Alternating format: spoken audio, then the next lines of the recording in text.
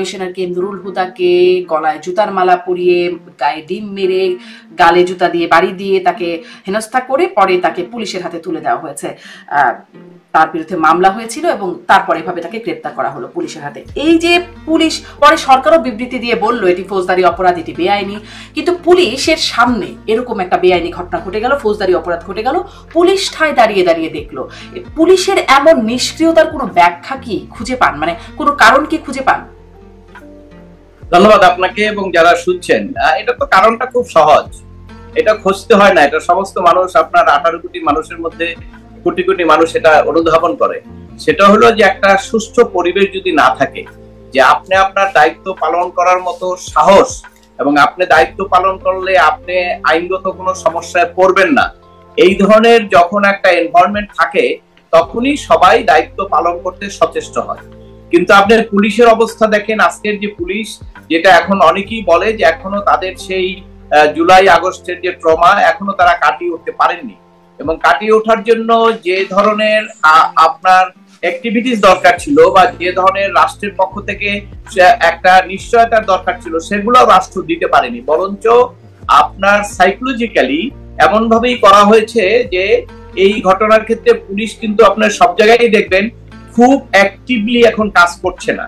কারণ হলো আমি ট্রাফিক লাইনে দেখেন, আমরা ট্রাফিকের রাস্তায় চলাফেরা করি, ট্রাফিকেও দেখি, থানায়ও দেখি, সব জায়গায় একই অবস্থা, মানে খুব এগিয়ে বেড়ে যে পুলিশের যে দায়িত্ব, যে ল অ্যান্ড অর্ডার কোন রকম যদি ব্যর্থ হয় ঝাঁপিয়ে পড়ে তারা এটাকে নিয়ন্ত্রণ করবে, এই মানসিকতাটা তাদের মধ্যে এখন নাই। এটার পিছনে সঙ্গত কারণই আছে, কারণ তারা রদবদল হলো, পুলিশেও তো প্রধান থেকে শুরু করে অনেক রদবদল হলো। তারপরে রদবদল তো, এটা তো পুলিশের 1 লক্ষ পুলিশ থাকলে 1 লক্ষ পুলিশের মধ্যে লোক ঢাকা থেকে 20,000 সরাই দিলেন, 20,000 আনলেন, কিন্তু এই পুলিশ তো একই, পুলিশ বাহিনী তো একই, তাই না? ব্যক্তি হয়তো পরিবর্তন হচ্ছে, ব্যক্তি পরিবর্তন তো কিছু আসে যায় না। কারণ হলে আপনি যারা এই পুলিশ যারা নাকি আপনার এর আগে ডিউটি করেছে, রাষ্ট্রের নির্দেশে তারা দায়িত্ব পালন করতে গেছে, লোকজন মৃত্যুবরণ করেছে আন্দোলন সময়, সেটা ঠিক আছে, কিন্তু আপনার 5ই আগস্টের পরিবর্তনের পরে তারপরে যে দীর্ঘদিন থেকে বিভিন্ন থানায় বিভিন্ন জায়গায় যে পুলিশকে নির্যাতন করা হলো, পিটানো হলো, গুলি করা হলো, থানা দখল করা হলো, এই জিনিসগুলোর তো কোনো বিচার হয় নাই, এবং এখানে তো আপনার বিচার করা যাবে না, এইভাবে একটা আইনই করেছে ইনডেমনিটি, যদি এটা সংবিধান অ্যালাউ করে না এবং কোনোভাবেই এটা আদালতে গেলে টিকবে না, কিন্তু তারপরে একটা ইনডেমনিটি দিয়ে রাখছে কেন? বিশেষ একটা গোষ্ঠীকে প্রোটেকশন করার জন্য। এবং এই প্রোটেকশন আপনি যতদিন রাখবেন ততদিন পুলিশকে আপনি অ্যাক্টিভলি আগের মতো পুলিশের কার্যক্রম আপনি পাবেন না, কারণ পুলিশ এখনো মনে করে তারা মব সন্ত্রাসের শিকার হতে পারে, এবং এটা তো বাস্তবতা আমরা দেখেছি। কারণ আজকে যে বললেন যে 2 জন পুলিশ 4 জন ওখানে ছিল, তারা যদি নুরুল হুদা সাহেবকে সেভ করতে গিয়ে ওই লোকগুলোকে যদি তারা ধরেন কোন রকম বল প্রয়োগ করতো বা তাদেরকে লাঠি পেটা করতো, তাহলে কি হতো অবস্থাটা? তাহলে দাঁড়াতো যে এই পুলিশ আপনার সরকারের দোষর এবং এদেরকে এখনই চাকরি খেতে হবে। অতএব ওই জিনিসটা তো তারা কোনোভাবেই করবে না, কোনো রিস্ক নেবে না তারা।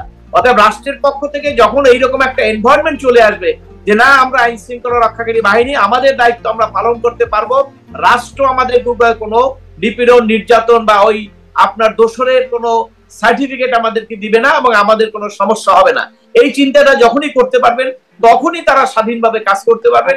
এর আগে পুলিশের পক্ষ থেকে আপনি স্বাধীনভাবে কাজ করার সুযোগটা আপনি পাবেন। ঠিক এই ঘটনা প্রসঙ্গে আরেকটু কথা বলবো, নুরুল হুদা প্রসঙ্গে, মানে তার বিরুদ্ধে যে মব ইনজাস্টিসটা হলো সেটা নিয়ে আরেকটু কথা বলবো, কিন্তু আপনি আমি আপনাকে আপত্তি জানাই, আপনি শব্দটা জাস্টিস এখানে আনবেন না। আমি ইনজাস্টিস বলেছি খুব মানে সুচিন্তিতভাবে, আমি সিরিয়াসলি অপোজ করি এটা। এটা মব ভায়োলেন্স এবং এটা মব সন্ত্রাস, এটা কোনো জাস্টিস না কোনোভাবেই না। এবং যারা বলে তারা যদি ইচ্ছা করে বলে, বুদ্ধি করে বলে, তাহলে তারা এটাকে বিচার হিসেবে নিতে চায় মানুষকে একটা দেখানোর জন্য, কিন্তু এটা কোনোভাবেই সঠিক নয়। বিচারকে এভাবে কলঙ্কিত করার কোনো সুযোগ নাই। আমাদের স্বরাষ্ট্র উপদেষ্টার কাছ থেকে ওই শব্দটা এসেছে, মব জাস্টিস। আমি অবশ্য বলেছিলাম মব ইনজাস্টিস। আমি আপনার কাছ থেকে আসলে সেই ইনডেমনিটির কথাটা একটু শুনতে চাই, যেটির কথা বলছিলেন, যার কারণে পুলিশের মনোবল ভেঙে গেছে বা পুলিশ ঠিক মতো কাজ করছে না, সেটি কেন চ্যালেঞ্জ হচ্ছে না? কেউ কেন চ্যালেঞ্জ করছে না? কোথায় চ্যালেঞ্জ করবে বলেন? আদালতে।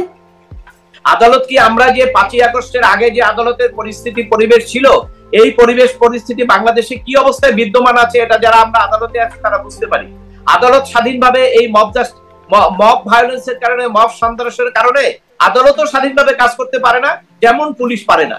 কারণ আপনি যখনই কাউকে জামিন দিতে যাইবেন তখনই আপনাকে আক্রমণ করা হবে এবং তখনই আপনাকে দোষর বলা হবে, এবং যখন আপনি কোনো অর্ডার দিতে যাবেন তখন আপনাকে কোর্ট চেঞ্জ করে দেওয়া হবে, জামিন দিলে আপনার কোর্ট চেঞ্জ দেওয়া হবে, অথবা আপনাকে প্রত্যাহার করে নেওয়া হবে, অথবা আপনি ভয়তে থাকবেন যে কোন সময় আবার কোন আইনজীবীরা এসে কোর্টের মধ্যে ডিম মারে, আবার বলে যে দোষর এদেরকে সরিয়ে দাও। কাজে এই অবস্থায় তো আদালত স্বাধীনভাবে বিচার করতে পারবে না, এবং বিচারে আপনার স্বাধীনভাবে বিচারের সুযোগটা অত্যন্ত সীমিত এখন। হ্যাঁ, যে কিছু যে বিচার হচ্ছে না, এটা আগের সরকারের আসলে কিছু বিচার তো হয়, কিন্তু আপনার যে বিচারগুলোর সঙ্গে অত্যন্ত পাবলিক ইন্টারেস্ট জড়িত, যেখানে মানুষ এটা দেখবে যে এটাকে বিচার হলো কি ন্যায় বিচার হলো কিনা, এই সমস্ত অ্যানালাইসিস যে জায়গাগুলোতে করবে সেই জায়গাগুলোতে সেই সুযোগটা তো নাই। আপনার সবচেয়ে বড় কথা হলো তো বাংলাদেশে তো আপনি যে প্রথম শব্দটা বললেন মানবাধিকার, বিশ্বব্যাপী যদি কন্টেস্টে বলেন তো মানবাধিকার নিয়ে আর কথা বলার এখন খুব একটা আকাঙ্ক্ষা আমার মধ্যে নাই। কারণ হলো যেখানে গাজায় এইভাবে ঘটনা ঘটছে, যেখানে ইরানে আক্রমণ হচ্ছে, যেখানে আপনার সিরিয়ায় এইভাবে ঘটনা ঘটছে, সেখানে ইন্টারন্যাশনালি মানবাধিকার নিয়ে কথা বলার কি সুযোগ আছে বলেন? যেখানে জাতিসংঘ একটা অকার্যকর প্রতিষ্ঠানে পরিণত হয়েছে। আজকে ধরেন ইরান আর পরমাণু বোমা বানাতে পারবে না, সবাই একমত বানাতে পারবে না, কিন্তু ইসরায়েলের ব্যাপারে কিন্তু বলছে না বানাতে পারবে না। এই যে আপনার বৈষম্য, এর মধ্যে তো মানবাধিকার বলার কোনো সুযোগ নেই। মানবাধিকার যখন শুরু হয়েছিল বলা, তখন কিন্তু এই সব ক্ষেত্রে এই কথাগুলো বলা শুরু হয়েছিল। আর বাংলাদেশে যদি আপনি বলেন, বাংলাদেশে তো এর আগের সরকার, তাদের সমর্থক, তাদের যারা সহানুভূতিশীল তাদের প্রতি, তাদের বাংলাদেশে তো কোনো মানবাধিকার নেই।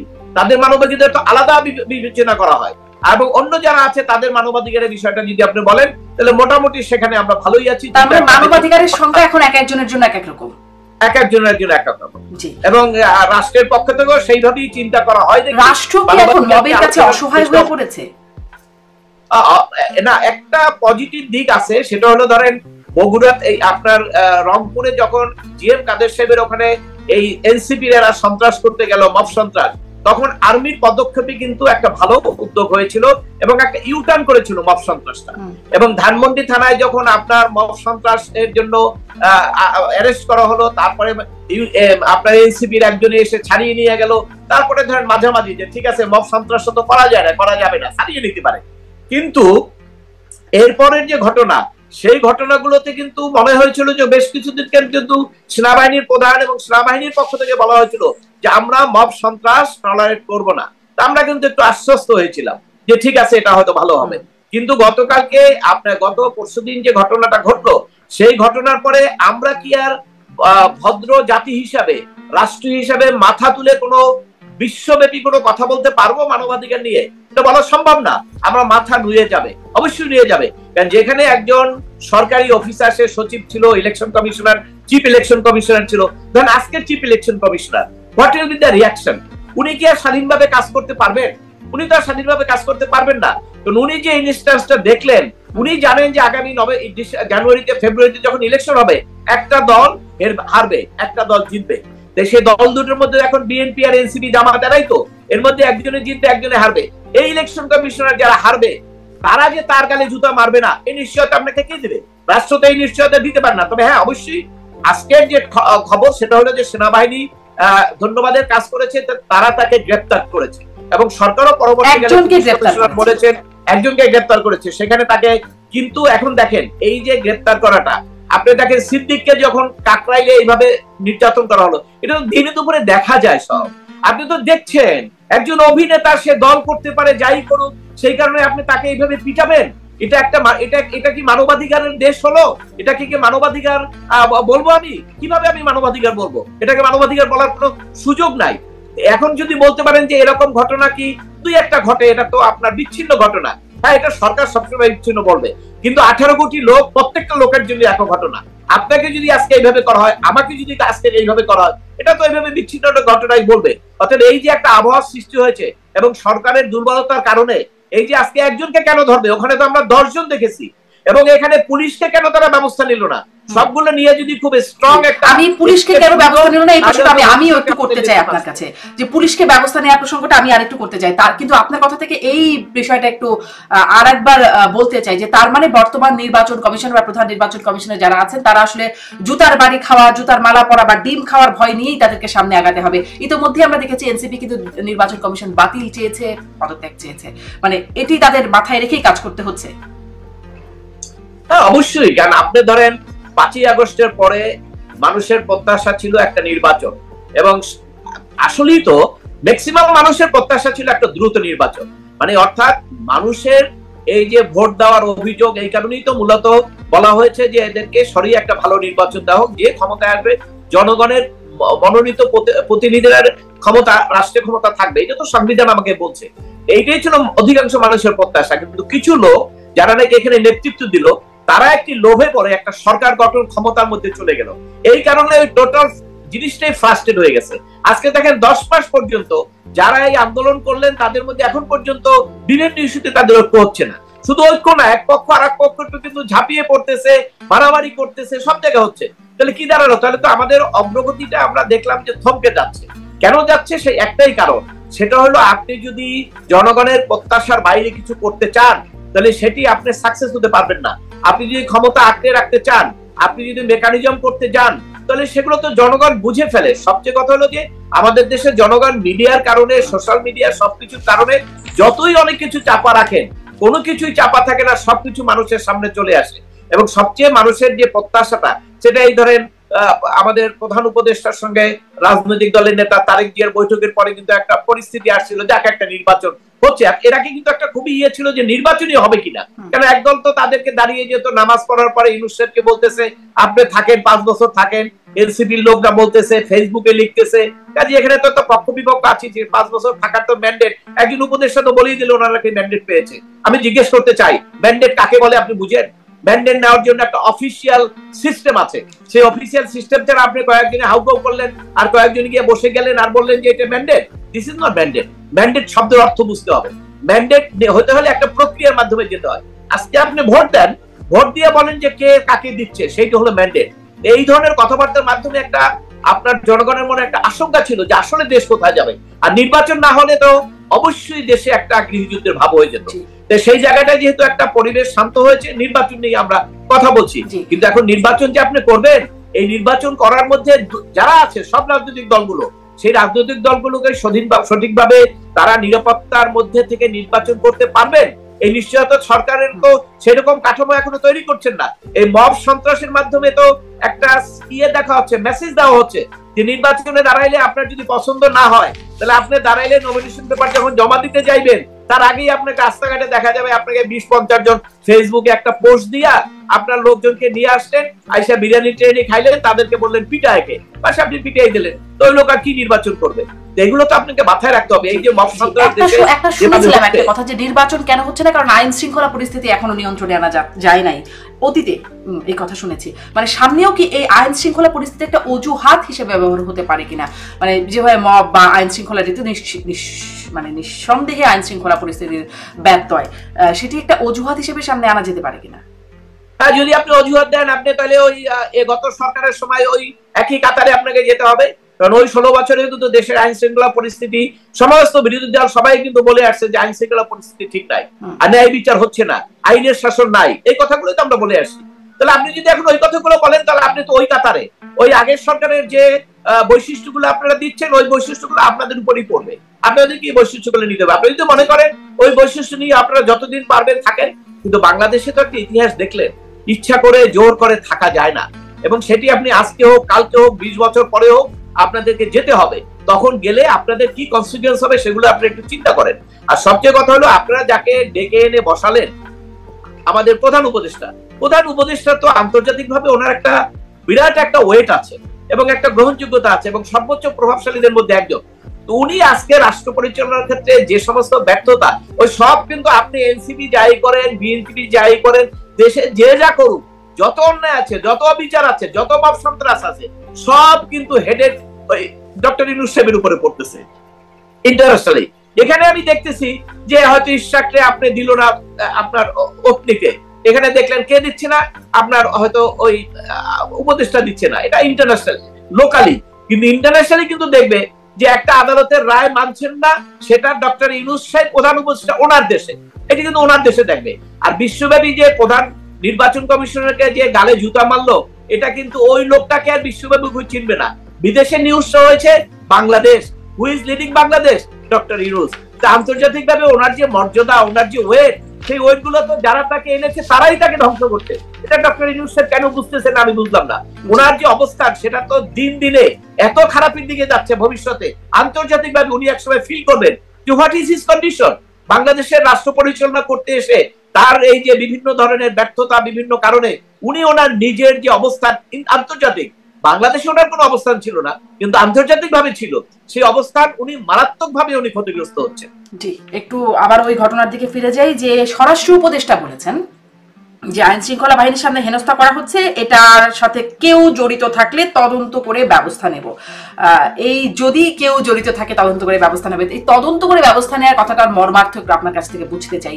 এটি কি আসলে খুব অর্থবহ কোনো কথা নাকি একদম নাটকের ডায়লগের মতো? কারণ আমরা একটু বলি, কদিন আগেই এই তদন্ত করে ব্যবস্থা নেবার প্রসঙ্গে আমরা দেখেছিলাম যখন সাবেক রাষ্ট্রপতি আব্দুল হামিদ চিকিৎসার জন্য দেশ ছেড়ে গেলেন, তখনও এরকম বলা হয়েছিল যে তদন্ত করে ব্যবস্থা নেওয়া হবে। 3 সদস্যের একটা কমিটিও করা হয়েছিল, 3 জন উপদেষ্টাকে সদস্য করে, বা 3 জন বা 4 জন সম্ভবত উপদেষ্টাকে সদস্য করে তদন্ত কমিটি করা হয়েছিল। পরে উনি আবার ফিরেও এসেছেন, সেই তদন্ত কমিটির কোনো খোঁজ থাকে না, এটাই বরাবরই থাকে না। আসলে এই যে বললেন তদন্ত করে ব্যবস্থা নেওয়া হবে, এটিকে আপনি কিভাবে, এটি মানে মাহত্ব কি? দেখুন, ওনারা ভদ্রলোক, ওনারা বেচারা, ওনাদের তো কোনো ক্ষমতা নাই। কারণ আপনি যখন জনগণের ভোটে নির্বাচিত হবেন, জনগণ হলো আপনার ম্যান্ডেট। আপনি জনগণের ভোটে হলে আপনি কথা বলতে পারেন, আপনি স্বাধীনভাবে কাজ করতে পারেন। ওনারা হলো নমিনেটেড, সিলেক্টেড, ওই যে বলা হয়েছে না টিক মার্ক দিয়ে করা হয়েছে। তো এই ক্ষেত্রে তো যার হাতে টিক মার্ক ওনার ইচ্ছের উপরে, এখন ওনারা তো স্বাধীনভাবে কাজ করতে পারেন না। যদি ইনি এই কথা বলতেন, উনি যদি সাহস দেখাতে পারতেন, ধানমন্ডিতে যখন মব সন্ত্রাস হলো, সেখানে পুলিশ অ্যারেস্ট করলো, সেখানে এনসিপির একজন নেতা এসে তাকে ছাড়িয়ে আনলো, উনি যদি এইটা মিন করতেন এবং ওনার যদি সাহস থাকতো, ওই এনসিপির নেতাকে উনি সহযোগী হিসেবে গ্রেফতার করে যদি থানায় পাঠাতে পারতেন, কোর্টে পাঠাতে পারতেন, তাহলে বোঝা যেত যে ওনার সাহস আছে, উনি যেটা বলেছেন এটা মিন করেন। কিন্তু উনি সবকিছু করতে পারবেন না, আপনাকে আগেই বললাম। কারণ ওনাদের নিয়োগটা হলো একটা টিক মার্কের উপরে, একজনের ইচ্ছার উপরে। কাজে উনি এমন কিছু করবেন না যে কোন কাজটা সরকার সমর্থক বা সরকারের লোকজনের বিপক্ষে যায়। ইভেন কি আপনাকে এখন তো পার্টি সরকারের তো এখন কিন্তু আপনি বিএনপি বলেন, জামাত বলেন, এদের কিন্তু সরকারই বলতে হবে, তারা তো সরকারকে সাপোর্ট দিচ্ছে না। অর্থাৎ এই যে মব সন্ত্রাস করতেছে, এগুলো তো আপনি কেউ হবে এনসিপি, নাহলে কেউ বিএনপি, নাহলে কেউ জামাত, কেউ তো করতেছে, তাই না? এটা কিন্তু আগের সরকারের কেউ করতেছে না, তাদের সমর্থক সহযোগীরাও করতেছে না, এই সরকারের সমর্থক সহযোগীরাই করতেছে। সেক্ষেত্রে স্বরাষ্ট্র উপদেষ্টা তার কয়টা মাথা, যে এই কোনটা করতে যে কোনটা, ওই পুলিশ যে চিন্তা করছে যে আমি কোনটা করতে গিয়ে আমার চাকরি হারাই, ওই স্বরাষ্ট্র উপদেষ্টা তো একই চিন্তা করবে। তাহলে মাথাটা আসলে আছে কার? স্বরাষ্ট্র উপদেষ্টার নাই, পুলিশের নাই, আদালতেরও নাই আপনি বলছিলেন। আমি আসলে এই আদালতের বিষয়ে একটু প্রশ্ন করতে চাই, আর মাথাটা কার আছে সেটাও একটু জানতে চাই। যে আদালতে নেওয়া হলো, আদালত তো কোনো প্রশ্ন তুললো না যে তার গ্রেফতার প্রক্রিয়াটা কেমন ছিল। আমি দেখছিলাম 171-এর কয়েকটি উপধারা অনুযায়ী পেনাল কোডের মামলাটি হয়েছে, বিএনপির পক্ষ থেকে মামলাটি করা হয়েছে। মামলা মানে এটি ওয়ারেন্ট লাগে এই মামলা গ্রেফতার করার জন্য। দুপুরে মামলা হয়েছে, কোনো ওয়ারেন্টেরও বিষয় দেখলাম না, গ্রেফতার করে ফেলা হলো। আদালত কোনো প্রশ্ন তোলে না কেন? আদালত প্রশ্ন তুলবে, আপনি একটু চিন্তা করেন। আপনি যখন আদালতে যায়, আপনি ব্যাকগ্রাউন্ড দেখেন। এর আগে আদালতে পিপি এবং এপিপি সহ 20-50 জন আইনজীবী থাকে, ওখানে কিন্তু অন্য আইনজীবীরা নাই। আওয়ামী লীগ সমর্থিত আইনজীবী বা তাদের সমর্থক বা অনেক আইনজীবীরা কিন্তু এখন আদালতে যায় না। সারা দেশে অনেক আইনজীবীরা জেলখানায় আছে, যেটা বাংলাদেশের ইতিহাসে কখনো দেখা যায়নি। যে আমরা হইলাম আইনজীবীরা হলাম বিচার বিভাগের একটা পার্ট, এবং আমরা যদি কোর্টে না থাকি মামলা কে করবে?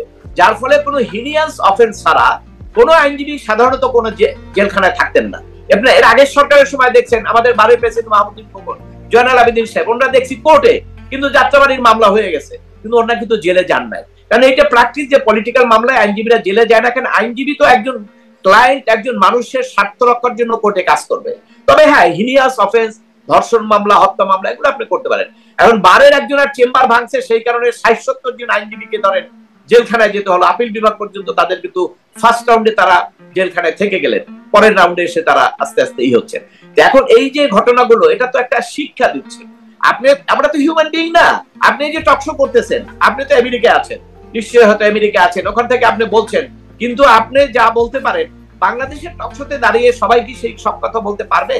কারণ এই টকশো করার কারণে, এই কথা বলার কারণে তার বাড়িতে যে কালকে দোষর হিসাবে বলে কেউ আক্রমণ করবে না, বা তাকে চাঁদা চাইবে না, বা তার ফ্যামিলির উপর আক্রমণ করবে না, এই নিশ্চয়তা আপনি দিতে পারবেন না, এবং এই নিশ্চয়তা তো সরকারও দিচ্ছে না।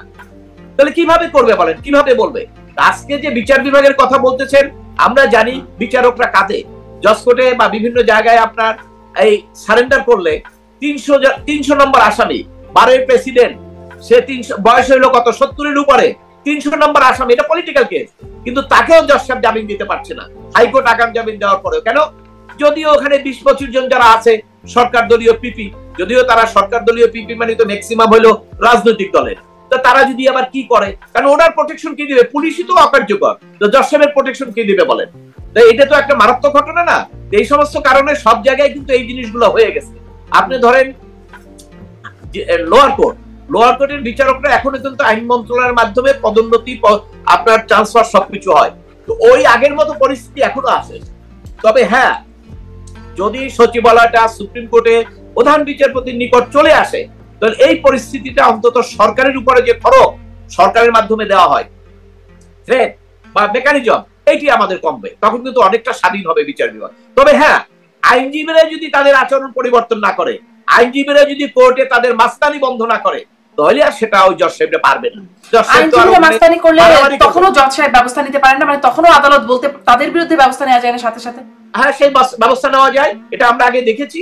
আপনি যখন আইনজীবী একটা কোন রকম অন্যায় করেন জজ সাহেবের সঙ্গে বিচারকের, এর আগে আপনি জানেন 5ই আগস্টের আগে আদালতে 3-4টা কন্টেম্প পিটিশন হয়েছিল আইনজীবীদের বিরুদ্ধে, এবং আদালত খুব শক্ত আসতে সমস্ত আইনজীবীরা এসে বারের প্রেসিডেন্ট, সেক্রেটারি সহ 20-30 জন একটা বারের এসে মাপ চেয়েছে। কিন্তু আজকে কে করবে বলেন? কোথায় আপনার সেই নিরাপত্তাটা আপনি দিবেন? একজন আইনজীবী, একজন যে বিচারক করবে, সে বিচারকের অপোনেন্ট হলো লয়াররা। তো লয়াররা যারা এখন লিডিং দিচ্ছেন, তারা তো ওই লাইনে সবাই আছেন, তারা হইলো যেভাবে কন্ট্রোল করা, নিয়ন্ত্রণ করা, তাদের নিয়ন্ত্রণে সবকিছু হবে, এই ধরনের একটা অ্যাটিটিউড চলে আসছে। আইনজীবীদের মধ্যে যে আপনার সহমর্মিতা, সেটা তো এখন নাই। থাকলে তো আজকে আইনজীবীরা এই বিপদে পড়তেন না। শত শত আইনজীবী কোর্টে আসতে পারেন না, কে বাধা দেয়? ওই আইনজীবীরাই দেয় বাধা। কেন? পারের ইলেকশনে হয়তো তার প্রবলেম হবে, অথবা তার ইনকাম কমে যাবে, অথবা তাকে দাবিয়ে রাখতে পারলে তার মামলা বেড়ে যাবে। এই সমস্ত ক্রাইসিস গুলো আইনজীবীদের রয়ে গেছে, এবং এই ক্রাইসিস দূর করার জন্য আইন মন্ত্রণালয়, আইন উপদেষ্টা, প্রধান বিচারপতি কেউই তো কোনো উদ্যোগ নিচ্ছেন না। আমরা তো দেখি না যে প্রধান বিচারপতি সমস্ত আইনজীবীদেরকে ডাকছেন, সমস্ত আইনজীবীদের দলমত নির্বিশেষে, এবং উনি বলছেন যে আমার বিচারালয়, আপনারা আইনজীবী, আমরা একদিকে বিচারক, আপনারা আইনজীবী, আপনাদের সমস্ত প্রোটেকশন আমরা দেব, আপনারা স্বাধীনভাবে কাজ করেন। এই কথা তো আমরা কোনোদিন দেখি নাই।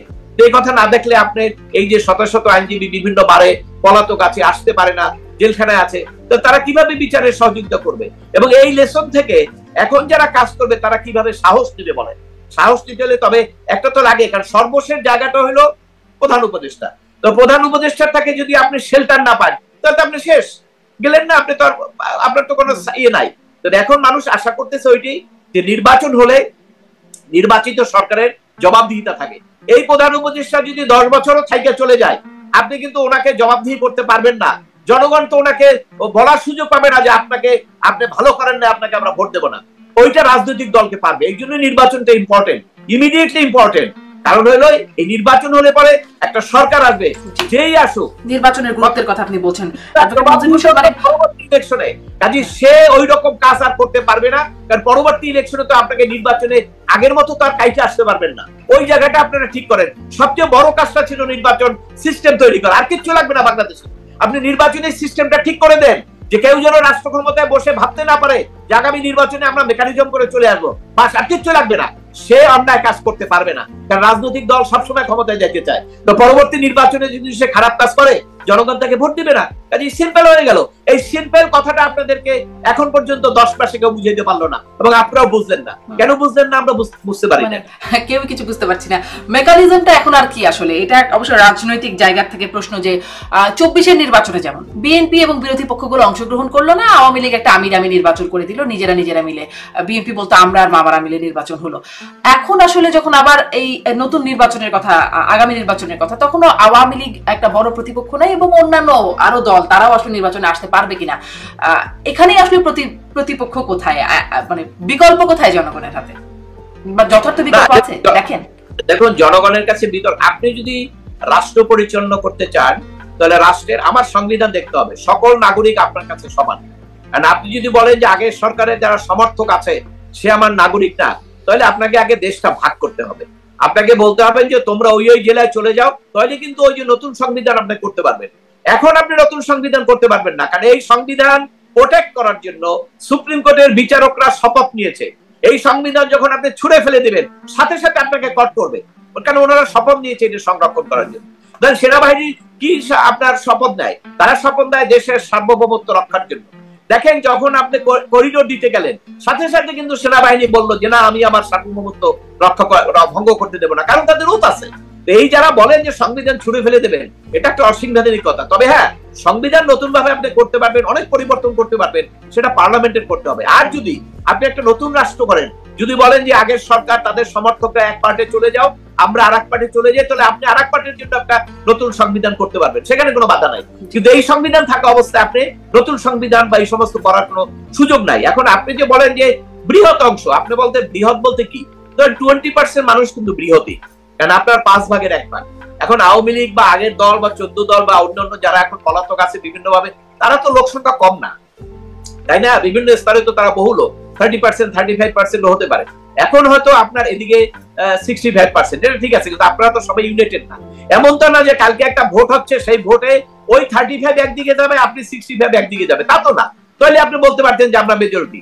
আপনি ইলেকশন আসলে যদি, যেমন 24 সালে নির্বাচনের কথা বললেন, 24 সালের নির্বাচন তো আমি সবাই বলছি না, এটা তো ঠিক হয় নাই।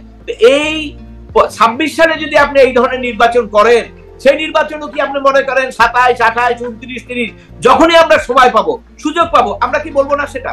তো একই ধারা তো হবে। তাহলে তো আপনি দেশের ভালো কাজ করার জন্য তো আপনি কিছু করলেন না। তাহলে আপনাকে তো একই সারিতে মানুষ ফেলবে যে আগের যা হয়েছে মুদ্রার এপিটার উপি। এত বড় কথা বলে আপনি মুদ্রার এপিট উপিট হতে যাবেন কেন? আমরা তো সেটা প্রত্যাশা করি। জি, অ্যাডভোকেট মনজিল মোরশেদ, আবার আদালতের জায়গায় ফিরি। আপনি আদালতের অসহায় অবস্থার কথা একটু ব্যাখ্যা করছিলেন। তাহলে কি মানে একটা কথা যে বলা হয়, এটিও একটা রাজনৈতিক একটা ন্যারেটিভ যে 5ই আগস্টের আগেই ভালো ছিলাম। আদালতের পরিস্থিতি মানে এটার পক্ষেও কিছু মানুষ কথা বলেন, বিপক্ষে অনেক মানুষ কথা বলেন যে আসলে কখন মানুষ ভালো আছে। আদালতের অবস্থাটা যদি জিজ্ঞাসা করি, আপনি আদালত প্রাঙ্গণে ঘোরেন, অবস্থা দেখেন, ব্যাখ্যাও করছিলেন। 5ই আগস্ট পূর্ববর্তী পরিস্থিতি আর পরবর্তী পরিস্থিতি, পার্থক্য কি? উন্নতি কি হলো, অবনতি কি হলো? এখন এই ব্যাপারে ইতিমধ্যে কয়েকজন আইনজীবী বিভিন্ন ভাবে কথা বলেছেন, সোশ্যাল মিডিয়ায় এগুলো আছে। তারা যা বলছেন আমি তার বাইরে বলবো না, কারণ আমি তো এই আদালতেই যাই। আমার কাছে যেটা তথ্য পাবেন সেটা হলো, আমি কোনো দল করি না। আমি কোনো কথা বললে আমার কথাটা এই মুহূর্তে সরকারের পক্ষেও যেতে পারে, আবার আগের সরকারের পক্ষেও যেতে পারে। আমি ডোন্ট কেয়ার, আমি ওইটা চিন্তা করি না, কারণ আমি তো দলের সমর্থক না। আমি নিরপেক্ষভাবে আমি যেটা মনে করব, হয়তো আমার চিন্তা চেতনায় ভুল হতে পারে, দ্যাটস ডিফারেন্ট কোশ্চেন, আপনি অ্যাকসেপ্ট করেন না, কিন্তু আমার কথা যার পক্ষেই যাক সেটা প্রশ্ন না। কথা হলো আমি যেটা বলবো সেটা হলো, আদালতে 5ই আগস্টের আগে যে পরিস্থিতি ছিল, সেখানে যেমন বিচার বিভাগের স্বাধীনতার উপরে হস্তক্ষেপ ছিল, আইনের শাসনের ব্যত্যয় ছিল, রাজনৈতিক মামলাগুলোতে এক ধরনের পক্ষপাতিত্ব ছিল। 5ই আগস্টের পরে এর কোনো পরিবর্তন আমি এখনো দেখতে পাইনি। এবং সেটা আপনি যদি সার্ভে করেন, আপনি যান আইনজীবীদের কাছে, সার্ভে করেন, 90% আইনজীবী, আমি তো আইনজীবীদের সঙ্গে কথা বলি কিন্তু এই রিফ্লেকশনটা আমি দিলাম, আমি আমার ব্যক্তিগত মতামত দিচ্ছি তা না, প্রতিনিয়ত আইনজীবীদের সঙ্গে কথা হয়, এবং সেই পরিস্থিতি আমি দেখি না এখন পর্যন্ত যে কোনো ধরনের বড় পরিবর্তন হয়েছে। তবে হ্যাঁ, কিছু পরিবর্তন তো টেকনিক্যালি থাকে। আগের সরকারের সময়, আগের বিচার বিভাগের সময় কিন্তু অনেক ভালো কাজ হয়েছে না? আপনি এই যে ধরেন ফখরুল ইসলাম আলমগীর হাইকোর্ট থেকে জামিন পায় নাই, পাইছে তো। খালেদা জিয়ার জামিন, সেটা হাইকোর্ট থেকে 5 বছরের জেল পরে 10 বছর করে দিছে, ঠিক আছে, রাজনৈতিক কারণে। কিন্তু ব্যারিস্টার মাহমুদুদ্দিন খোকন, জয়নাল আবেদীন সাহেব, যাত্রাবাড়ির মিথ্যা মামলা যখন আসামি হলো, তারা জামিন পাইছে না? পাইছে তো। কিন্তু এর অর্থ যে এই যারা বলেন তারা কিন্তু কথাটা সঠিক বলেন না। যারা অনেক রাজনৈতিক দলের নেতাদেরকে কথা বলতে শুনি যে এর আগে বিচার বিভাগ একদম সম্পূর্ণ ধ্বংস হয়ে গেছিল, আমি এটার সঙ্গে একমত না। সম্পূর্ণ ধ্বংস হয়ে গেলে বারের প্রেসিডেন্ট, আইনজীবী, তারপরে বিএনপির আইনজীবীরা জামিন কিভাবে পেল? হ্যাঁ, অন্যান্য জিনিসও আছে, সেটাও আমি বলি। সেটা হলো যে কিছু কিছু ক্ষেত্রে রাজনৈতিক হস্তক্ষেপ হয়েছে। এই তারপরে আপনার ষোড়শ সংশোধনীর রায় দিতে গিয়ে এসকে সিনহা বাবুকে চলে যেতে হয়েছে, এটা ঠিক আছে। কিন্তু রাজনৈতিক ক্ষেত্রগুলোতে যেখানে রাজনীতি আছে, যেখানে সরকারের ইন্টারেস্ট আছে, আর বর্তমানে সেখানে আমরা দেখি, বর্তমানেও তো আপনার এই যে আজকে একটা কন্টেম্প মামলায় একটা কোর্টে এক সিনিয়র অ্যাডভোকেট, সে বারবার প্রেস করছিল ওনার রায়টা মানছেন না, আপনি ওনাকে পার্সোনাল অ্যাপিয়ারেন্স দেন, কিন্তু কোর্ট কোনোভাবেই সেভাবে দিলেন না। কেন দিলেন না? সে একটাই কথা যে একজন সচিবকে ডাকবেন, সেক্ষেত্রে উনি চিন্তা করবেন যে কাকে ডেকে কোন জায়গায় কি অবস্থা আমি করব। এবং এই কারণে কিন্তু দেখেন আদালতের যে রায়, এটা এক ধরনের প্রিন্টেড পেপার, এটার কোনো এনফোর্সমেন্ট নাই। যত রায় আছে, আমার অন্তত শত শত নির্দেশনা আছে, আমি চুপ করে বসে রয়েছি, আমি কোনোটা নির্দেশনা সরকারকে দিয়ে পালন করাতে পারছি না। সবচেয়ে বড় সমস্যা হলো এর আগে যে অগ্রগতি হয়েছিল, ইট ভাটা, পরিবেশ, নদী দখল, ইন্ডাস্ট্রি বন্ধ করা, সবগুলো আমি করেছিলাম। 5ই আগস্টের পরে সবগুলো হাত পরিবর্তন করে বহাল তবিয়াতে তারা অন্য নাম দিয়ে তারা এখন শক্তিশালী, তারা সেগুলো চালাচ্ছে। তাহলে আমার তো অর্জন আরো, আমার দেখা যায় আমার বিসর্জন হয়ে গেছে, আমার তো অর্জন হয় নাই। আমি পরিবেশ কনসার্নে বলতেছি, আমি অন্য জায়গার কথা বলতেছি। আমি আদালতের ব্যাপারে সেটা বলবো, আপনারা সবাই চোখে দেখেন। আপনি আজকে আদালতে যান, লিটিগেন্ট পিপলের কাছে শুনেন।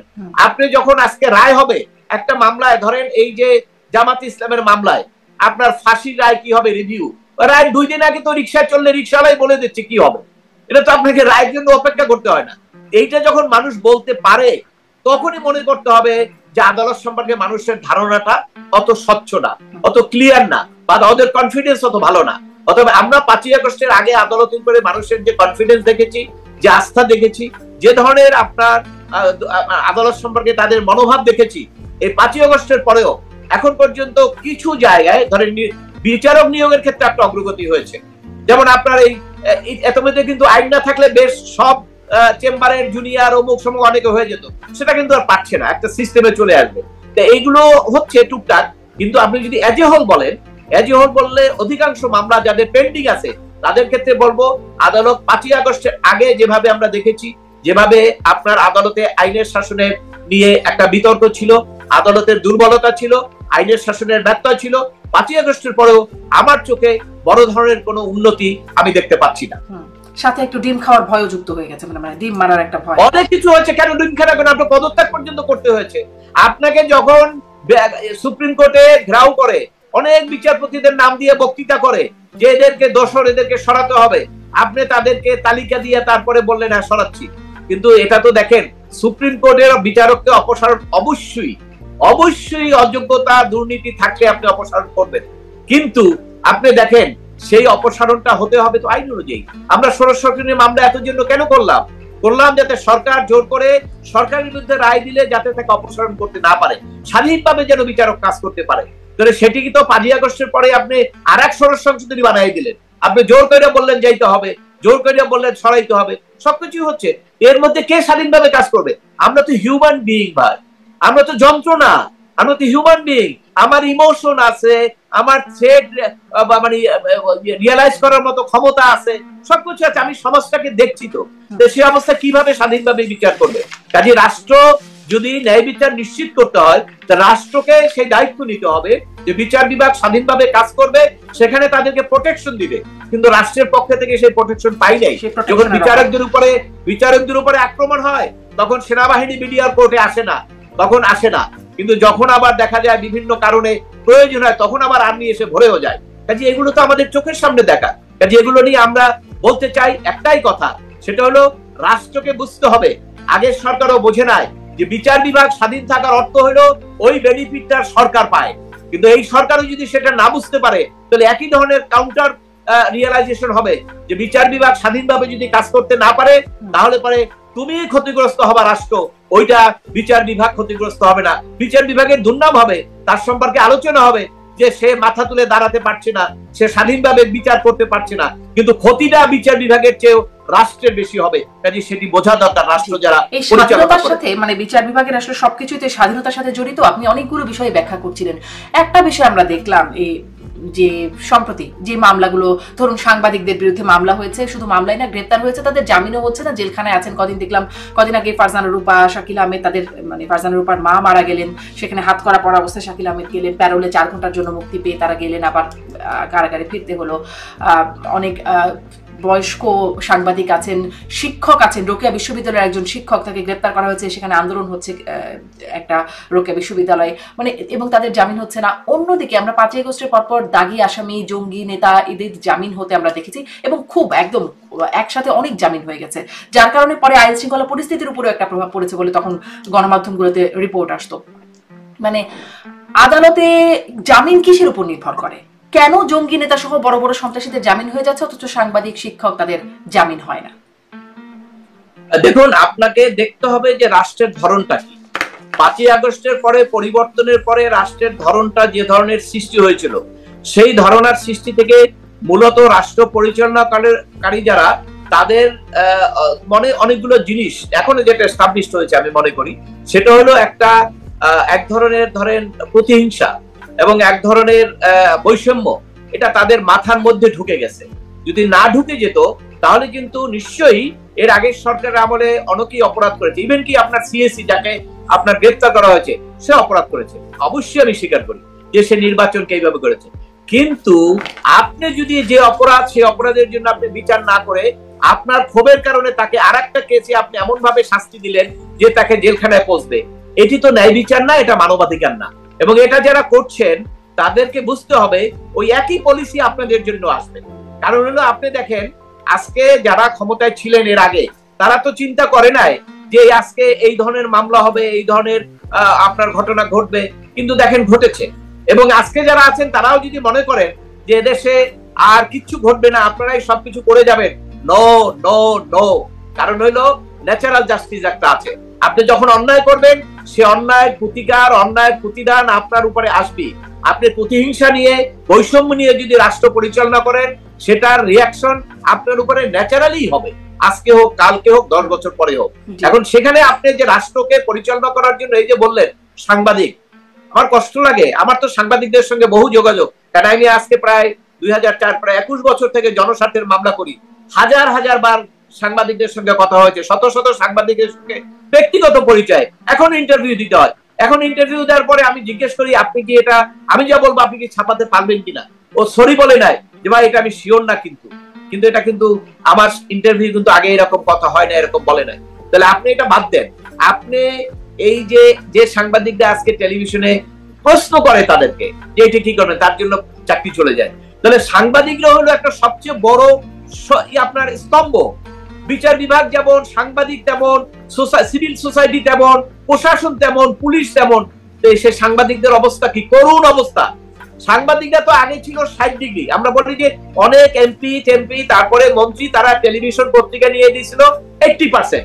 ওই সময় আমরা দেখতাম 30টা টেলিভিশনের মধ্যে 2-3টা টেলিভিশন তারা মোটামুটি একটু মেরুদণ্ড সোজা করে যতদূর সম্ভব, 100% না, 80% তারা কাজ করতো। আর 28টা টেলিভিশনই ছিল 90 ডিগ্রি আপনার কাত হওয়া গভর্নমেন্টের দিকে।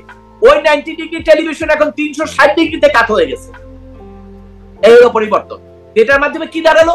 এটার মাধ্যমে দাঁড়ালো জনগণ ক্ষতিগ্রস্ত হচ্ছে। কারণ মিডিয়া যদি আপনি তথ্যগুলো ধরেন একটা বিষয়, যেমন ধরেন এখন মিডিয়াতে প্রকাশ্যে ডক্টর ইউনূসের সমালোচনা হয়, তখন তো কেউ ছিল না যে নিয়ে আসলে শেখ হাসিনা সমালোচনা করতে পারতেন। হ্যাঁ, অফকোর্স সেটি করতে পারতেন না। ওখানে সমালোচনা শেখ হাসিনা ছাড়া অন্যদেরকে করতে পারতো, কিন্তু সেটা আবার বিএনপি জামাত যারা ছিল তারা আবার বেশি করতে গেলে, তারা যেহেতু রাজনীতি করে, তাদের কাছে কিন্তু তখন অনেক প্রবলেম হইতো। ডিজিএফআই ডাকতো, মামলা দিত, ভাঙচুর হইতো, গাড়ি একবার দুটো গাড়ি ভাঙচুর হইলো না। তো পরিস্থিতি বিভিন্ন রকম ছিল। এখন আপনি কথা বলতে পারেন, কিন্তু এই কথা যে বললেন, কথা বলতে পারেন, কারণ হলো যে কারণ কি? কারণ হলো ওনরা তো আপনার মেজরিটি না। আজকে এই যে আপনার যারা ক্ষমতায় আছেন তারা তো এখন মাইনরিটি, কারণ বিএনপি তো এখন নির্বাচন চায়, আর এনসিপি তো এখন ছোট হয়ে গেছে, তাই না? আর তারপরে জামাত ইসলাম তো আপনার আলাদা ইন্ডিপেন্ডেন্ট দল। এখন সেই ক্ষেত্রে আপনার মেজরিটি পিপল তো আপনার এখানে এখন বিএনপির সমর্থক। এখন এই যে যারা ক্ষমতায় আছে, সরকারকে সমর্থন দিচ্ছে, সেখানে সরকারের সঙ্গে আগে থেকে তো বিরোধ চলে আসছে। বিএনপি নেতারা যেভাবে সমালোচনা করছেন, তো ওনার তো সাহস ছিল না একজন বিএনপি নেতাকে ধরে ঢুকানোর। ওনার তো সাহস থাকতে হবে, সেই সাহস তো নাই। কেন উনি দিলে তো তারপরে কিন্তু ক্ষমতা পরিবর্তন হয়ে যাবে, কারণ বিএনপি তখন পুরো মাঠ তাদের দখলে, লক্ষ লক্ষ মানুষ, তাদের কোটি কোটি মানুষ। এনসিপি কয়জন তাদেরকে ঠেকাবে? 5ই আগস্ট হয়েছিল, সবাই মিলে ছিল, সেই কারণে বিএনপি নেতা তো কথা বন্ধ করলো কবে? তার এর সঙ্গে মিটিং এর পরে, তাই না? কিন্তু ইশরাক সাহেব কিন্তু বলতেছেন, তো ইশরাক সাহেব তো আপনি পারলেন না ধরতে। কেন ধরতে পারবেন না? কারণ এটা তো একটা মেজরিটি ফোর্সের উপরে তো আপনি যেতে পারবেন না, কারণ আপনার তো সেই অথরিটি নাই। আপনাকে তো দেওয়া হয়েছে একটা বিশেষ কাজ করার জন্য, অন্তর্বর্তীকাল। আপনার তো দুর্বলতা আছে, আপনি তো জনগণের ভোটে নির্বাচিত হন নাই, বা আগামী ভোটেও তো আপনি দাঁড়াচ্ছেন না। আপনার দায়িত্ব হলো একটা নির্বাচন করে কিছু সংস্কার করা, বিচার করা। বিচার তো হবে, বিচারের কথা কি আপনি টার্গেট করে দিতে পারবেন? বলেন, এটা কোনো কথা হইলো? এটা তো বিচার বিভাগের উপরে ডাইরেক্ট হস্তক্ষেপ। যারা বলে যে বিচার করতে হবে, এখন বিচার হবে বিচারের সিস্টেমে। বিএনপি আসলে বিচার তো হবে। এটা তো এফআইআর হয়েছে, এফআইআর কি বাতাসে উড়ে যাবে? বলেন, এফআইআর বাতাসে উড়ে যাবে না। তাহলে এইটার বিচার হবে তো, সেটা আপনারা আবার ওখানে আপনার কমিশনে কেন আপনারা সেটা আপনার শর্ত দিচ্ছেন? যে এফআইআর গুলো হয়েছে, মামলাগুলো হয়েছে, প্রত্যেকটা মামলার তদন্ত হবে, বিএনপি আসলে, জামাত আসলে, এনসিপি আসলে। এখন এই তদন্ত, প্রত্যেকটা মামলার তদন্ত আসলে কিভাবে হবে? এক একটা মামলায় 300, 400, 500 জন করে আসামি, এত তদন্ত কবে হবে আর কবে শেষ হবে? না না, শুনেন, এই তদন্ত সরকারের নির্দেশনা আছে, তদন্ত চাইলে করতে পারবেন, কিন্তু তদন্তের ব্যাপারে যেটা সমস্যা হলো, এই মামলাগুলো সরকারের আইন উপদেষ্টা বলছে এটা ফলস মামলা, তাই না? এবং আইনজীবীরা বলছে, যারা যে সমস্ত আইনজীবীরা 5ই আগস্টের আপনার আন্দোলনের সরাসরি সম্পত্তি ছিল, তারাও বলছে এগুলো সব ভুয়া মামলা, মিথ্যা মামলা, এবং একটা মামলা আপনি প্রমাণ করতে পারবেন না। তবে এই মামলায় আপনি একজন লোককে 7 মাস থেকে জেলে রাখলেন, তাহলে তার বিচারটা কি হলো? এই ন্যায় বিচার আপনি কিভাবে তাকে প্রতিকার দিবেন? এখানে natural justice, advocate Majumdar Hossain আইন উপদেষ্টাকে কথা বলেন। আচ্ছা, এই বিচারটা বলি, এই যে অবিচারটা আপনি করলেন, এই অবিচারের বিচারটা আপনি কোথায় পাবেন? আল্লাহ দিবে আপনাকে ন্যায় বিচার, এইটার প্রতিকার আল্লাহ আপনাকে দিবে। একটা লোকের বিরুদ্ধে মিথ্যা মামলা করলেন, 7 মাস জেলে রেখে দিলেন, পচাইলেন, সে লোকটা এখন মারাত্মক অবস্থা। একজন আইনজীবীর কথা বলতেছে, কালকে আমার সঙ্গে কথা হলো, সে একদম পাগলের মতো হয়ে গেছে, 7 মাস জেল খাচ্ছে একজন বড় আইনজীবী। তাহলে কিভাবে হবে? সে বললো যে আমি তো কিছু, এখন আমার মাথায় তো ঠিক নাই, কারণ আমি কিভাবে 7 মাস জেল কাটলাম, আমি তো কোনো হত্যা করি নাই। তাহলে এই যে মামলাগুলো বললে, এখন বিচার হলে সেক্ষেত্রে যারা করছে তাদের বিচার হোক। কত 50 জন, 100 জন, 400 জন, আপনি যে সাংবাদিক সবাইকে দিয়ে দিলেন, সাংবাদিকরা অবশ্যই, সাংবাদিকরা সরকারের লেজুর ভিত্তি করেছে, সম্পাদকরা প্লট পাওয়ার জন্য লেজুর ভিত্তি করেছে, কোনো বিতর্ক নাই, আপনি তাদেরকে সেই অনুসারে ট্রিটমেন্ট দেন। কিন্তু আপনি রহিমউদ্দিন মারা গেছে উত্তরায়, সেই মামলায় ঢুকাইয়া আপনি তাকে জেলখানায় রাখতেছেন, এটা কি বিচার? এটা অবিচার, এটা অন্যায়। এবং তাদের জামিন কেন হয় না? তাদের জামিন কেন হয় না? জামিন কেন হয় না? যে বললাম যে আদালত স্বাধীনভাবে কাজ করতে পারে না, জামিন কিভাবে হবে বলেন? প্রত্যেকটা কেসে, যেমন আদালত আগাম জামিন, কিছুদিন আগে 2টা কোর্ট আগাম জামিন দিচ্ছিল এই সমস্ত মামলায়, অত্যন্ত সাহস নিয়ে, এবং সেই আগাম জামিন কিন্তু বিএনপির আইনজীবীরাও নিতেন, এবং আওয়ামী লীগের আইনজীবীরা তখন কম আসে আদালতে, সাধারণ আইনজীবীরা নিতেন, জামাতে ইসলামের আইনজীবীরা নিতেন, সবাই কিন্তু আগাম জামিন নিতেন। যখন আগাম জামিন দিচ্ছে, হঠাৎ করে কোর্ট চেঞ্জ হয়ে গেল। কেন কোর্ট চেঞ্জ হবে? কেন এই কোর্ট চেঞ্জ হওয়ার ক্ষেত্রে এটা কি সমীচীন হলো? আইনজীবীরা তো প্রত্যেকের সমালোচনা করছে এটা, যে আগাম জামিন বন্ধ করার জন্য কোর্টটা পরিবর্তন। সেটা তো 5ই আগস্টের আগেও আমরা দেখেছি, যখন বিএনপি নেতাদের আগাম জামিন দিত, যে আগাম জামিন দিত তাদের কোর্ট চেঞ্জ করে দিত। তাহলে একই তো অবস্থা ভাই, আমরা তো এপি টুপি। কোথায় আমরা যাচ্ছি, কি প্রত্যাশা করেছি, কি চাইছি, আর কি আমাদের হচ্ছে, এটা আপনাদেরকে চিন্তা করতে হবে। এবং এটা যদি যারা দায়িত্ব নিচ্ছেন তাদেরকে আমরা বলি, তারা তো আর নেক্সট ইলেকশন করবেন না, যারা উপদেষ্টা, তাই না? যদিও শোনা যাচ্ছে 2-1 কেউ ইলেকশন করবে, তাহলে তাদের তো আর নিরপেক্ষতা থাকবে না। কিন্তু যারা নির্বাচন করবেন না, যারা নিরপেক্ষ লোক ওখানে আছেন, আপনাদের কাছে আমাদের সুনির্বন্ধ অনুরোধ, আমি একজন আইনজীবী হিসেবে, একজন নাগরিক হিসেবে অনুরোধ করি, আপনারা ন্যায় বিচার নিশ্চিত করুন, কোনোভাবেই মানুষকে হয়রানি করবেন না। যার যে অপরাধ করেছে তাকে বিচার করেন, সাংবাদিক লেজুর ভিত্তি করেছেন, তার ব্যবস্থাটা সেইভাবে আপনি করেন, কিন্তু উত্তরার মার্ডার কেসে ঢুকে তাকে আপনি অন্যায় ভাবে জেল খাটিয়েন না, এটা ন্যায় বিচার না। জি জি, তারা নির্বাচন করবে না, উপদেষ্টারা কেউ কেউ হয়তো করবেন, কারো কারো আবার স্বামী নির্বাচন করবেন, সেজন্য পোস্টারিং দেখা যাচ্ছে। আছে আসলে নির্বাচনের কিছু স্বার্থ এর মধ্যে আছে হয়তো।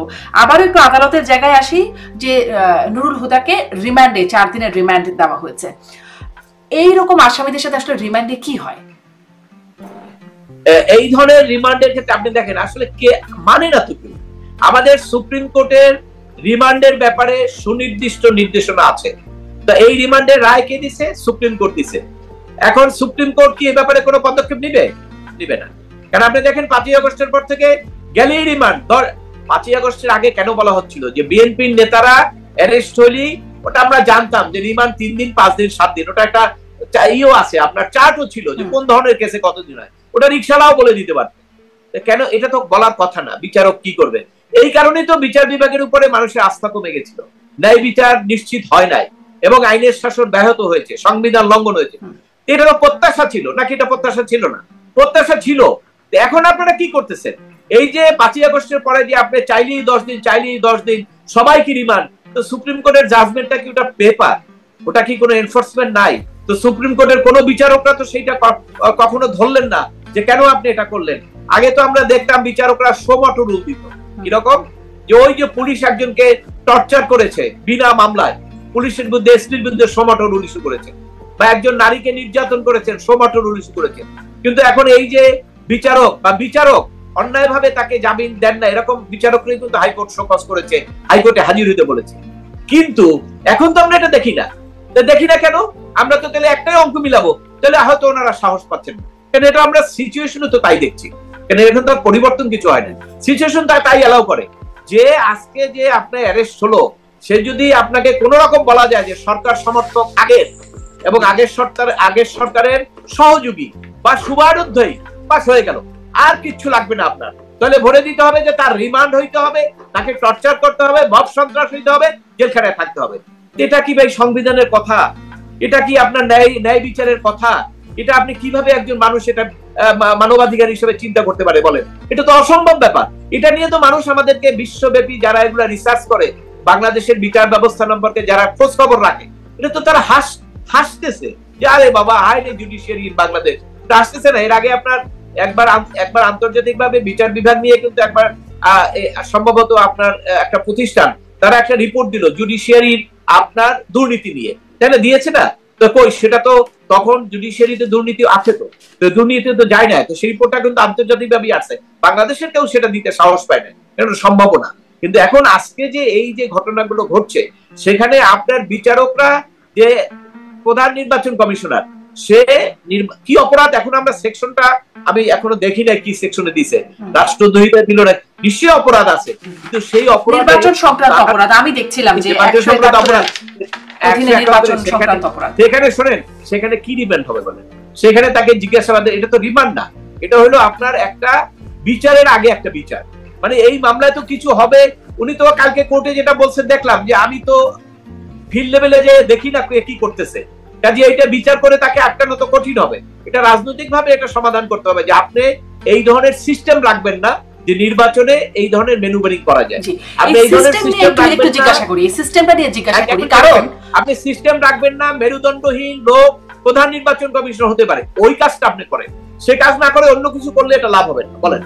মেরুদণ্ডওয়ালা লোক মানে গেলেই বাকি হবে, কারণ বিএনপি সহ, মানে এই নির্বাচনের আগে, আমি 24 নির্বাচনের আগের কথা বলছি, বিএনপি সহ বিরোধী দল তখন যারা ছিল আন্দোলনরত, তারা অনেকেই বলেছেন, সিনিয়র নেতারা বা শীর্ষ নেতারা বলেছেন যে এই দলীয় সরকারের অধীনে নির্বাচন কমিশনে যদি ফেরেশতা এনেও বসিয়ে দেওয়া হয়, তবুও সঠিক নির্বাচন হওয়া সম্ভব না। মানে মেরুদণ্ডওয়ালা লোক এনে বসিয়ে দেওয়া হলেও সঠিক নির্বাচন সম্ভব না।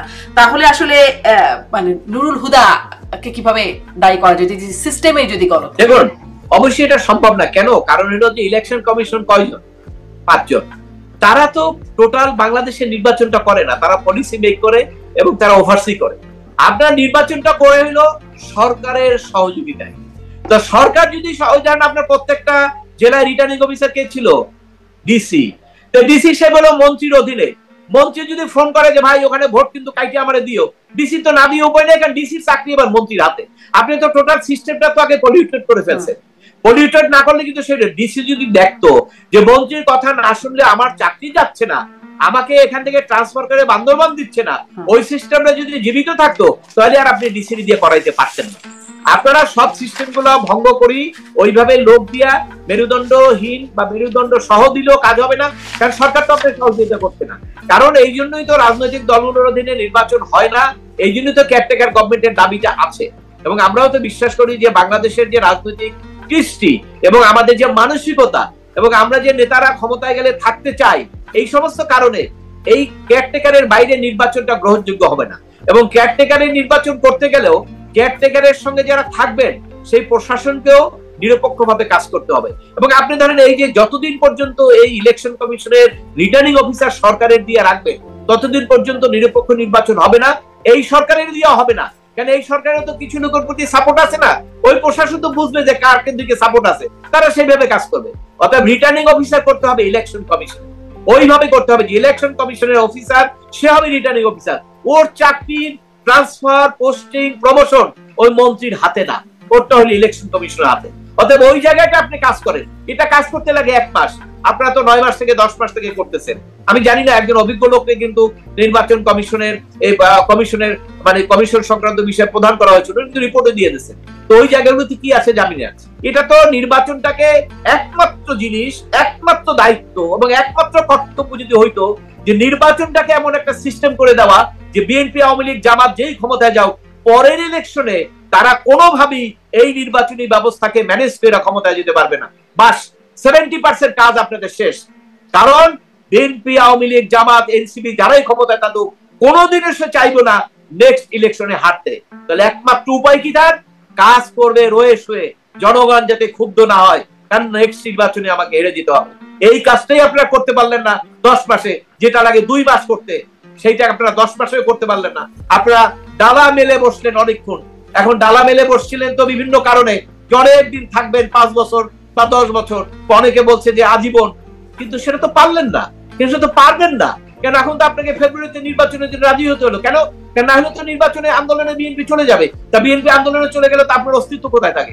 বিএনপির কি সমর্থন আর আপনাদের কি সমর্থন বলেন? যেখানে পুলিশকে বিএনপির আন্দোলনে ঠেকাবেন, আওয়ামী লীগের সময় আন্দোলন পুলিশ ঠেকাইতে পারে, আওয়ামী লীগকে ঠেকাইতে পারছে কেন? পুরো পুলিশটা আওয়ামী লীগ তার পর্দার তলে নিয়ে নিছিল, কভারে নিয়ে নিছিল, পারছে, যা কইছে এটা করছে। এবং ওরা পিটাইছে ইচ্ছা করিয়া, প্রমোশন পাওয়া যায় কিনা। ওরা আপনার ইচ্ছা করিয়া নির্যাতন করছে, যে খবরটা দিবে স্বরাষ্ট্র মন্ত্রকে, স্যার আমি কিন্তু বিএনপির অমুক নেতারে পিটাইছি, ও আচ্ছা প্রমোশন হয়ে গেল। এই টোটাল সিস্টেম। আপনার আমলে এই জিনিসটা যে আপনি এখন করতে পারবেন না, কারণ পুলিশ তো সেই অবস্থানে নাই। এবং এটা কবে হবে? একটা রাজনৈতিক দল ক্ষমতায় আসতে হবে, তারপরে রিফর্ম হবে, তাদেরকে সে সাহস দিয়ে হবে, ইন্ডিমিনিটি সরাইতে হবে, তারপরে আপনি সেই রেজাল্ট পাবেন। আজকে যদি বিএনপি বড় ধরনের আন্দোলন করে, এই সরকারের ক্ষমতা নেই তাদের ঠেকানোর জন্য। অতএব সে কারণে এটা নির্বাচন তো আপনাকে দিতে হবে। আপনি নির্বাচন দিচ্ছেন, আপনি নির্বাচন প্রক্রিয়ার জন্য আমার মনে হয় আপনি সবকিছু বাদ দিয়ে গবেষণা করেন সারা দিন রাত, নির্বাচনী সিস্টেমটাকে কিভাবে ভালো করা যাবে এইটা করেন। দেখবেন রাজনৈতিক দলরাই পরবর্তী অন্য সংস্কার সবকিছু তারা ভালো করবে। ভালো না করলে সে ক্ষমতায় আসতে পারবে। অনেক গবেষণা করে প্রতিবেদন দেওয়া হয়েছে, কিন্তু প্রতিবেদন দেওয়ার আগে নির্বাচন কমিশন আবার গঠন করা হয়েছে, মানে আগের নিয়মে, আগের আইনে, এরকম অনেক বিতর্ক এর আগেও এসেছে। আপনি বলছিলেন বিএনপির কথা, এই নুরুল হুদাকে হেনস্থার ঘটনায় কিন্তু স্বেচ্ছাসেবক দলেরই সম্পৃক্ততা পাওয়া গেছে, ভিডিওতে আসছে। যদিও সেই মোজাম্মেল হক ঢালি স্বেচ্ছাসেবক দলের সদস্য, তিনি বলছেন যে এটা এআই দিয়ে বানানো হতে পারে।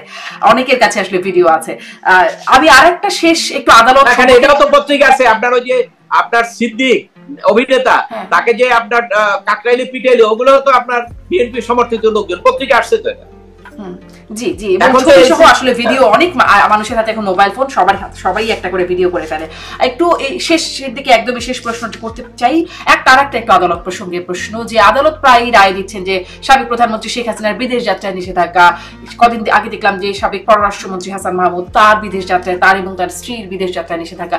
আদালত এই রায়গুলো কেন দেয়? মানে তারা যে বিদেশে আছেন এটা আদালত জানে না? ওই যে বললাম জোয়ারে একটা কথা থাকে না, জোয়ারের পানি কিন্তু এই উপর দিকেই যায়, আবার ভাটা হলে পানি নিচের দিকে যায়। এখন জোয়ার চলছে, কাজে এগুলো আপনি কোনো আইন থিওরির মধ্যে আনতে পারবেন না।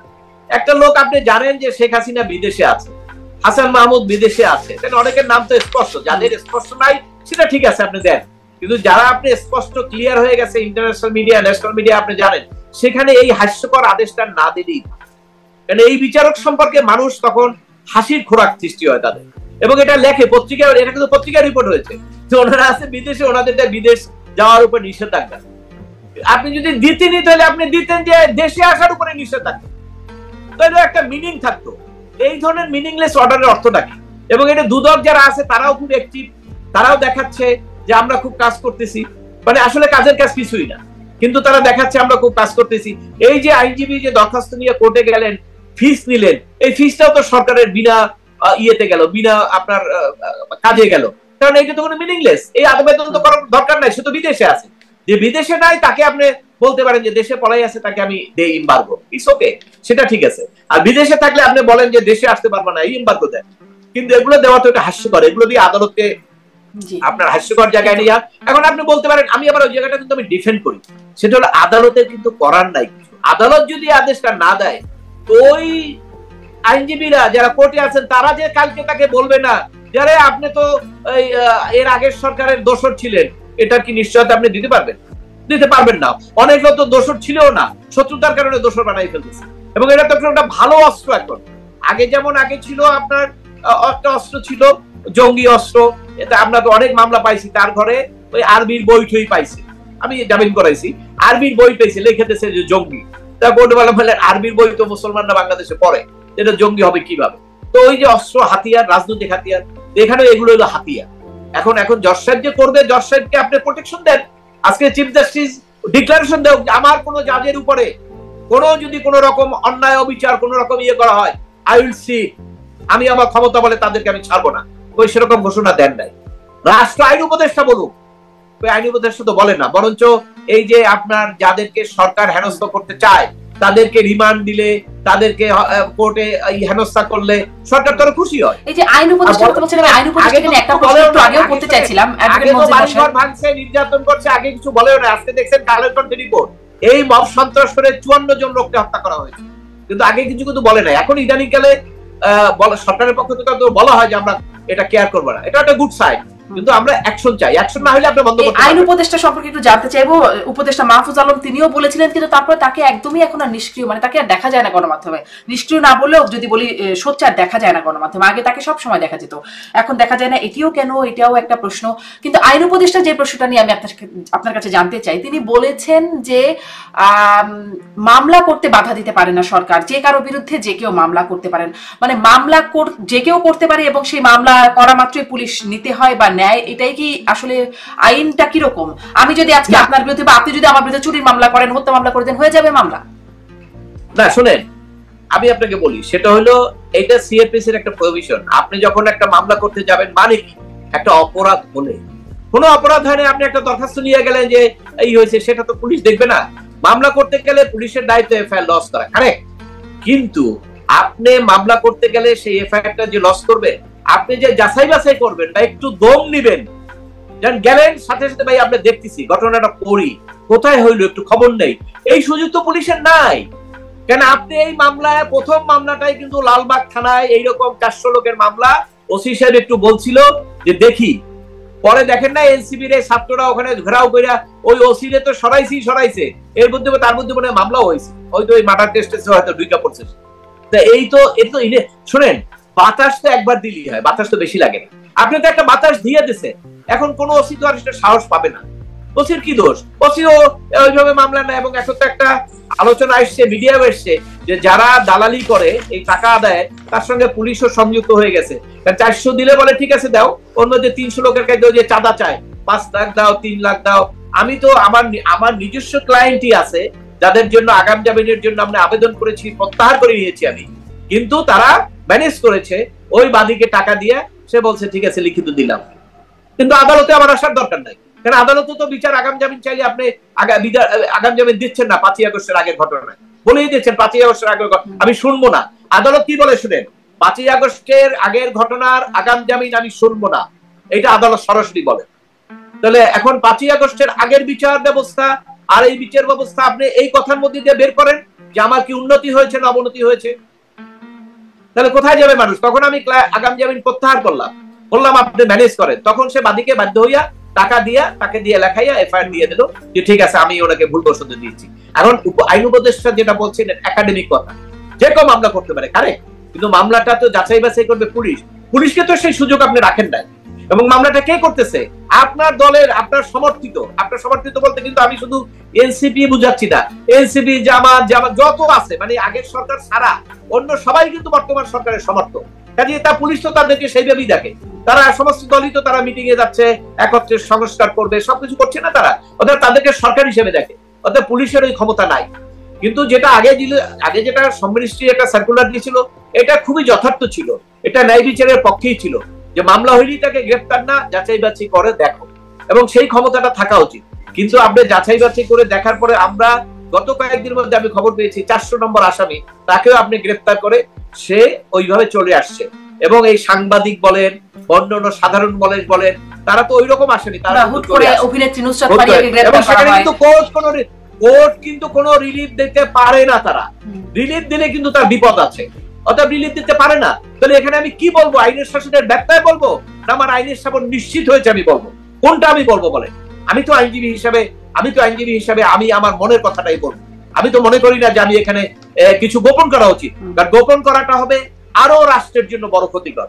আমার কথাগুলো যদি রাষ্ট্রপ্রধানরা শুনেন, আমার কথা যদি প্রধান বিচারপতি শুনেন, আমার কথাগুলো যদি আইন উপদেষ্টা শুনেন, তাদের মনে যদি একটু দাগ কাটে যে হ্যাঁ দেশে কি আইনের শাসনের এইরকম দুরবস্থা, তারা যদি কোনো পদক্ষেপ নেন, অবশ্যই সেটা দেশের জন্য উপকার হবে। এই জন্য এটা কি আমার দায়িত্ব না? আপনি অখুশি হতে পারেন, আপনি পছন্দ না করতে পারেন, কিন্তু আমি তো একজন সচেতন নাগরিক, আমি তো একজন সিনিয়র আইনজীবী, আমি যদি এটা বলে না যাই তাহলে কে বলবে? এই জন্য আমার দায়িত্ব আমি পালন করছি। আজকে দেখেন বিচার ব্যবস্থা, আইনের শাসন দুর্বলতা দেখা দিয়েছে, ন্যায় বিচার নিশ্চিত হচ্ছে না, এটার ব্যাপারে রাষ্ট্রের দায়িত্ব আছে। রাষ্ট্র সঠিক দায়িত্ব পালন করুন, নাহলে কিন্তু রাষ্ট্রে যারা আছেন তারাই ক্ষতিগ্রস্ত। তাহলে অ্যাডভোকেট মনজিল মোর্শেদ, যদি সামারি করি, আপনি বলছিলেন পুলিশের অসহায়তার কথা, বিচারকদের অসহায়তার কথা বা আদালতের অসহায়তার কথা, একরকম আইনজীবীরাও কোথাও কোথাও অসহায়তার কথা বলছিলেন, এবং আপনি বলছিলেন কার ঘাড়ে কয়টা মাথা, তাহলে কি একরকম মাথাহীন হয়ে যাচ্ছে আমাদের রাষ্ট্র? এই জন্যই আমি এর আগেও বলেছি, প্রায় আরো 3-4-6 মাস আগেও আমি বলেছি, দেখেন যা হচ্ছে দেশের জন্য ভালো হচ্ছে না। দেশের জন্য ভালো, তাহলে আমাকে বলবেন পথটা কি? একমাত্র পথ ইমিডিয়েটলি একটা জেনারেল ইলেকশন, অবাধ নিরপেক্ষ নির্বাচন দেওয়া, নির্বাচনের মাধ্যমে জনগণের, কেন এবারে নির্বাচনটা তো কাইটা হবে না, এটা তো কেউ বিশ্বাস করবে না, তাই না? আমরা দেখতে চাই সেটা। সেই নির্বাচনে জনগণের প্রতিনিধিরা যারা আসুক, তাদের ব্যাকগ্রাউন্ড কি, পিছনে কি আছে এটা দেখার দরকার নাই। আসুক, আসার পরে আপনারা যারা দেশের ভালো চান আপনারা ভ্যানগার্ড হিসেবে থাকেন, এবং নির্বাচনী ব্যবস্থাটা আপনি নির্বাচন দেওয়ার আগে, কেয়ারটেকার তো রিভাইভ হয়ে গেছে, তাই না? কেয়ারটেকার তো সুপ্রিম কোর্টের জাজমেন্টের পরে রিভাইভ হয়ে গেছে। কেয়ারটেকার আপনি ভালো ভালো লোক দিয়ে কেয়ারটেকার গভর্নমেন্ট ফর্ম করে, মেরুদণ্ড যাদের আছে, যারা ওই রকম ধমক দিলে কথা শুনবে না, আর ওই আপনাকে মব সন্ত্রাস নিয়ে আসবে দেখে তারা চুপ করে যাবে তা না, এরকম লোক আছে বাংলাদেশে। তাদেরকে নিয়ে নির্বাচন কমিশনের তত্ত্বাবধায়ক সরকার করে নির্বাচনটা তাড়াতাড়ি দেন, ইমিডিয়েটলি।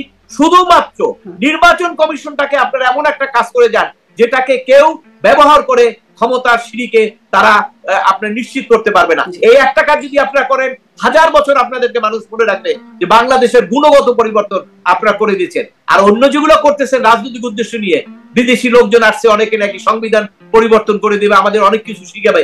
আরে বাবা, আমার যে ক্যারেক্টার, আমার ক্যারেক্টার আপনি চেঞ্জ করবেন কেমনে? আমাকে সিস্টেমের মাধ্যমে করতে হবে।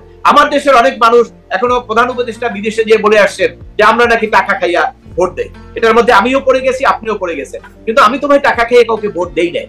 কিন্তু দুর্ভাগ্যবশত আমার রাষ্ট্রপ্রধান যখন বলছে, তো আমাকে মাইনে নিতেই হবে।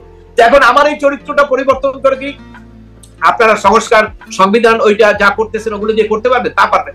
আমাকে সিস্টেমে নিয়ে আসেন যে টাকা খাইয়া ভোট দিলে তার 5 বছর জেল হবে, এবং এই সমস্ত আইন করেন। এগুলো আইন করেন নির্বাচন কমিশনের টোটাল সিস্টেমটাকে, রিটার্নিং অফিসার হবে ইলেকশন কমিশনের, সেই লোকগুলোর দরকার হলে আপনি নিয়োগ করে দেন ডাইরেক্ট। এখন 500 লোক নিয়োগ করে দেন। নির্বাচন কমিশনের সমস্ত নির্বাচনী কাজ ইলেকশন কমিশন করবে। ইলেকশন কমিশন করবে, ইলেকশন কমিশনের উপরে তো সরকারের কোনো হস্তক্ষেপ নাই। ইলেকশন কমিশনের সরাইতেও পারে না সরকার, সচিবদের যেমন সরাইতে পারে, ওনারা সরাইতে পারে না। ওনাকে সরাইতে গেলে আমাদের সুপ্রিম জুডিশিয়াল কাউন্সিলে যাইতে হবে। তো সেটা তো একটা প্রক্রিয়া, সেখানে তো আপনার অহেতুক অভিযোগ দিলে হবে না। অতএব সেই ক্ষেত্রে উনি তো স্বাধীনভাবে কাজ করতে পারবেন। নির্বাচন কমিশনটাকে আপনি পুরোপুরি স্বাধীন করে দেন। ব্যালটে ভোট হোক, জনগণ যারা দেয়, জনগণ যদি একটা খারাপ দলকে ভোট দিয়ে দেয়, সাফার জনগণ করবে, তাদেরকে হিসাব করতে দেন। এবং এটা হয়তো আমাদের যদি নির্বাচনী সিস্টেমটাকে আপনি ভালোভাবে ঠিক করে দেন, এক টার্মের বেশি আমি মনে করি না যে আমাদের ভালো হইতে সময় লাগবে। কেন, ওই যে রাজনীতিবিদদের একটা জায়গায় তারা সবচেয়ে বড় সুবিধাটা পায়, নেক্সট ইলেকশনে আমি চলে আসছি, এই জবাবদিহিতার বাইরে গিয়ে অন্যায়, অবিচার, সবকিছু করতে পারে। অ্যাডভোকেট মনজিল মোর্শেদ, অনেক ধন্যবাদ আপনাকে, অনেক ধন্যবাদ। আপনি অনেক